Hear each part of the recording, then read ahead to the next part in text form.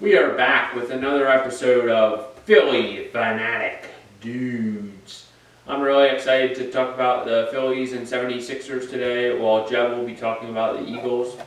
So, what I want to talk about first is the Phillies and how they're only 11 days away from their opening day matchup against the Braves at home for the Phillies. So, for this season, I'm looking forward to a group that's really gelled well together the past couple of years. I'm excited for the starting pitching because they have three really big starting pitchers, Zach Wheeler, Aaron Nola, and Ranger Suarez, which puts them in the top five starting pitching lineups. So with that being said, I think it's really impressive with that Zach Wheeler pitching last year with a 3.61 ERA, given that he's 33 years of age now. He gives you a lot of innings. Last year he gave 192 innings, and he struck out 212 batters in starting 32 games with a 13-6 record, which is really impressive. And when they went out and signed Zach Wheeler, I think it's just really paid off since they picked him up, and I'm looking forward for him this season, just pitching more of his excellence that he has, especially in the playoffs. Another name that I want to point out there is Nola, who has pitched pretty well last year. He gave up the home run ball a little too much last year.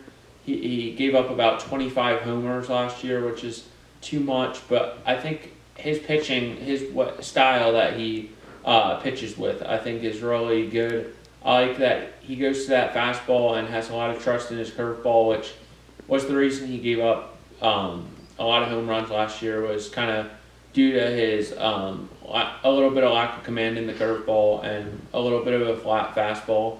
But I think he's going to clean that up this year. He still pitched a pretty good ERA last year with a 4.46 ERA and a 12-9 record, which is really solid. He also struck out 202 batters in 193 and 2/3 innings, which is impressive. And he's going to continue to pitch even better this year, so I'm excited for that.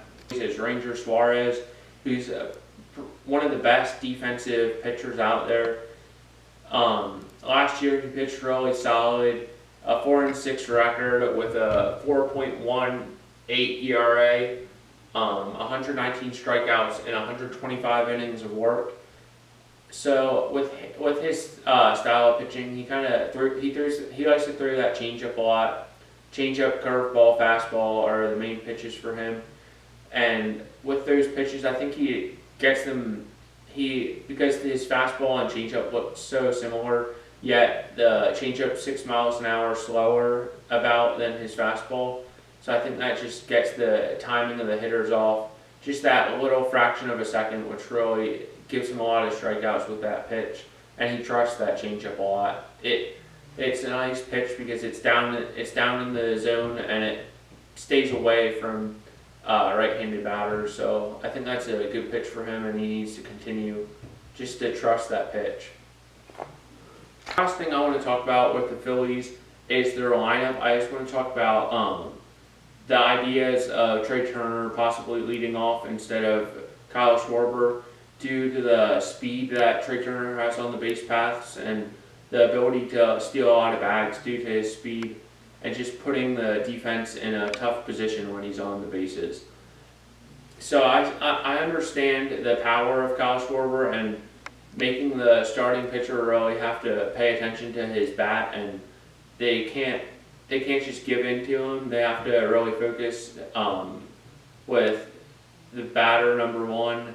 So I like that idea, but I think the Trey Turner leading off could be a little more beneficial for the Phillies because Trey Turner is a hitter that he has a high batting average, doesn't strike out too much, and also he's just on the bases a lot. He gets a lot of singles, and then Kyle Schwarber in the 2 spot then could instead of those solo shots, he could turn them into 2 home run shots and get more RBIs, and his home runs would be just worth a little bit more in the scheme of things.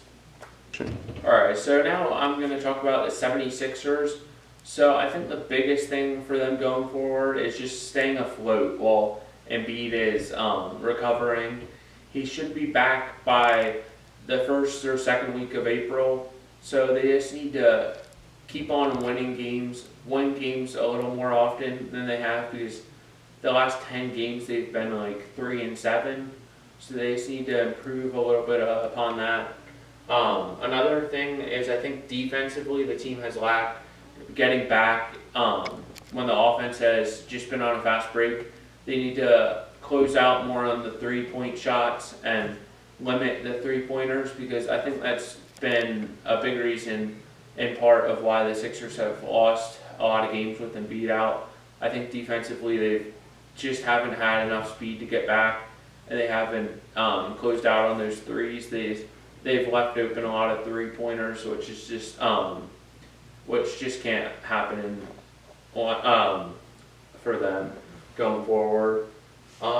Another thing I want to talk about is how they have had a short bench. So each player needs to improve a little bit shooting percentage-wise.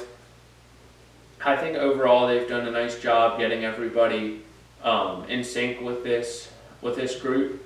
But there's been some times where they pass the ball and they're not quite in sync enough in order to know like every move that they're going to do in order to have a higher offensive rating.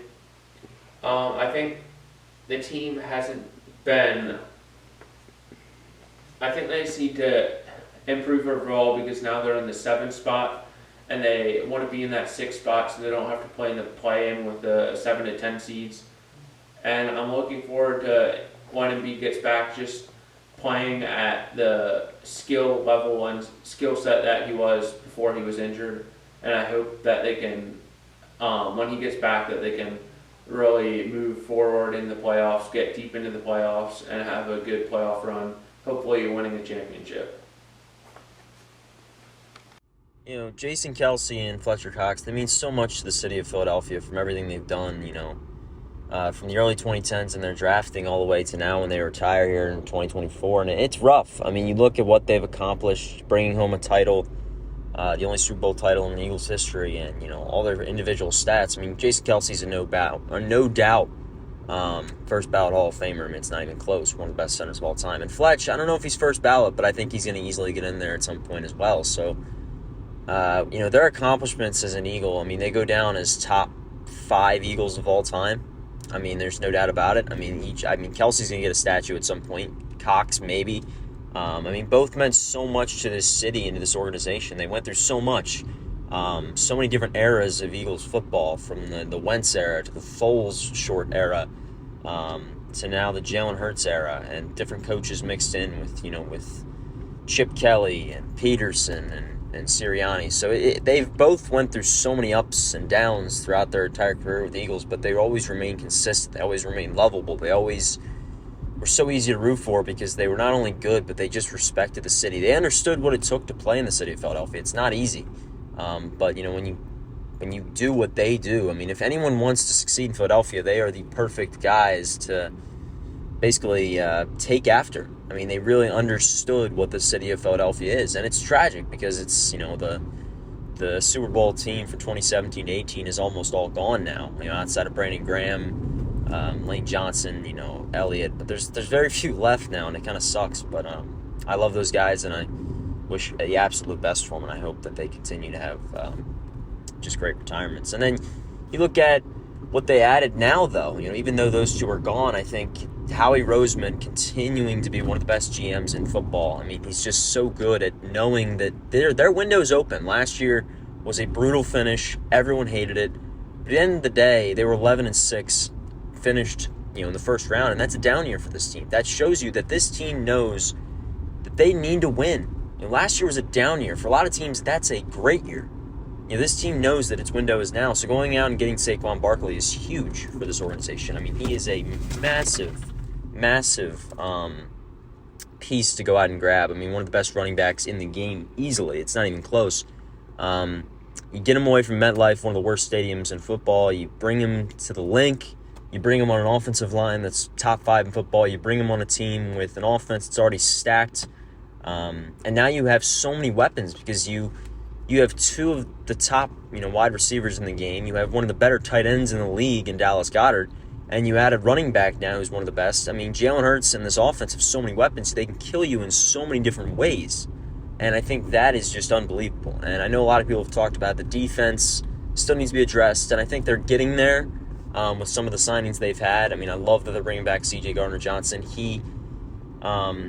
He's not perfect, but one of the things I love about him is that he brings an intensity and a bit of cockiness and swagger that I don't think the team had much of last year. And I'm not saying you need to have that much, but they needed that. They needed some sort of swagger last year. And it felt like that team, they just let the 49ers roll all over them, on and off the field. It felt like they had no sort of swagger or energy about them last year. And I don't know what it was, but I think C.J. Gardner-Johnson was a large part of that because you can say what you want about him. He is a guy that is always going to be up in your face. He's going to be talking crap, and I like that about him because you need a guy like that.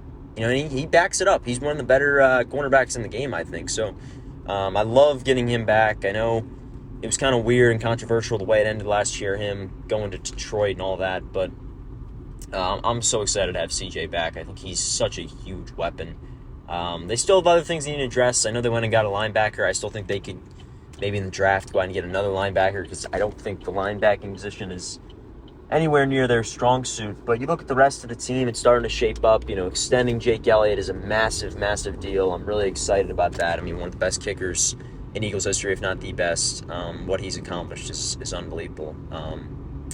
And I think they're in a great state. I mean, you look at the first week of free agency, Howie Roseman has done pretty much everything you could have asked for him. He's improved this team in a variety of ways. I'm not saying that they're perfect, but I can't fault Howie Roseman because he is going out there and he's doing every single thing he can to make sure last year was just a fluke and that this team is legitimately a top 3 team in football.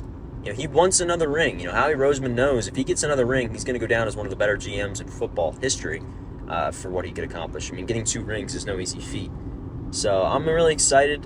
I mean, they've made some great moves. I'm really sad about Fletch and Jason, but they deserve retirement. They've had absolutely stellar careers. I wish nothing but the best for them.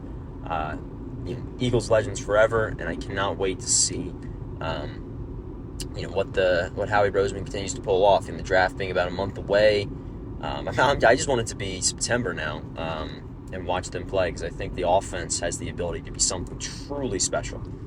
So there's a lot of excitement, a lot of belief, and I'm really, really looking forward to this upcoming season and seeing what Howie Roseman continues to do.